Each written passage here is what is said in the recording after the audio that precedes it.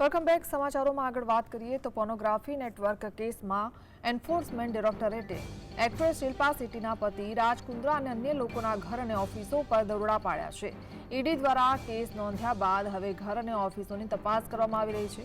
કુંદ્રાની જૂન 2021માં અશ્લીલ ફિલ્મો બનાવવા બદલ ધરપકડ કરવામાં આવી હતી. 2 મહિના જેલમાં વિતાવ્યા બાદ તે હાલમાં સપ્ટેમ્બર 2021થી જામીન પર છે.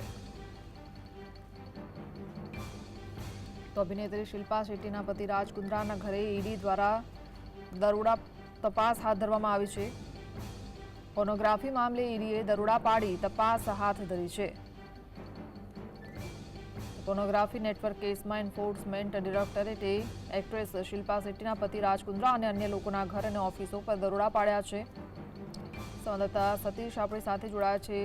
સતીશ, શું જાણકારી જે શિલ્પા શેટ્ટીના ત્યાં દરોડા પાડ્યા છે તેને લઈને? રાજ કુંદ્રા જે બોલિવૂડ નિર્માતા અને શિલ્પા શેટ્ટીનો હસબન્ડ છે, તેને પોર્નોગ્રાફી કેસમાં મલાડ મોડમાં જે બધી શૂટિંગ થતું હતું તેમાં એરેસ્ટ પણ થયો હતો. લોકો પણ એરેસ્ટ થયા હતા અને તે વખતે પણ આ ઘર સહિત અનેક વસ્તુ પર જપ્તીનું પણ આવ્યું હતું. આજે ફરીવાર ઈડીની એક ટીમે સવારે 7 વાગ્યાથી રાજ કુંદ્રાના જૂના નિવાસસ્થાને સર્ચ ઓપરેશન ચાલુ કર્યું છે અને કેટલાક દસ્તાવેજો મળી આવ્યા હોવાનું ચર્ચાઈ રહ્યું છે. જો કે રાજ કુંદ્રા પોતે ઘરે હાજર નથી, તેમજ શિલ્પા શેટ્ટી પણ શૂટિંગમાં બહાર ગઈ હોવાથી તે પણ ઘરે હાજર નથી. સર્ચની ઓપરેશનની માહિતી મળતા જ રાજ કુંદ્રા મુંબઈ આવવા પાછો નીકળ્યો છે.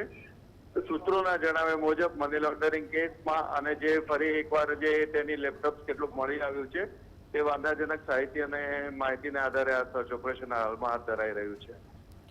જી, આભાર.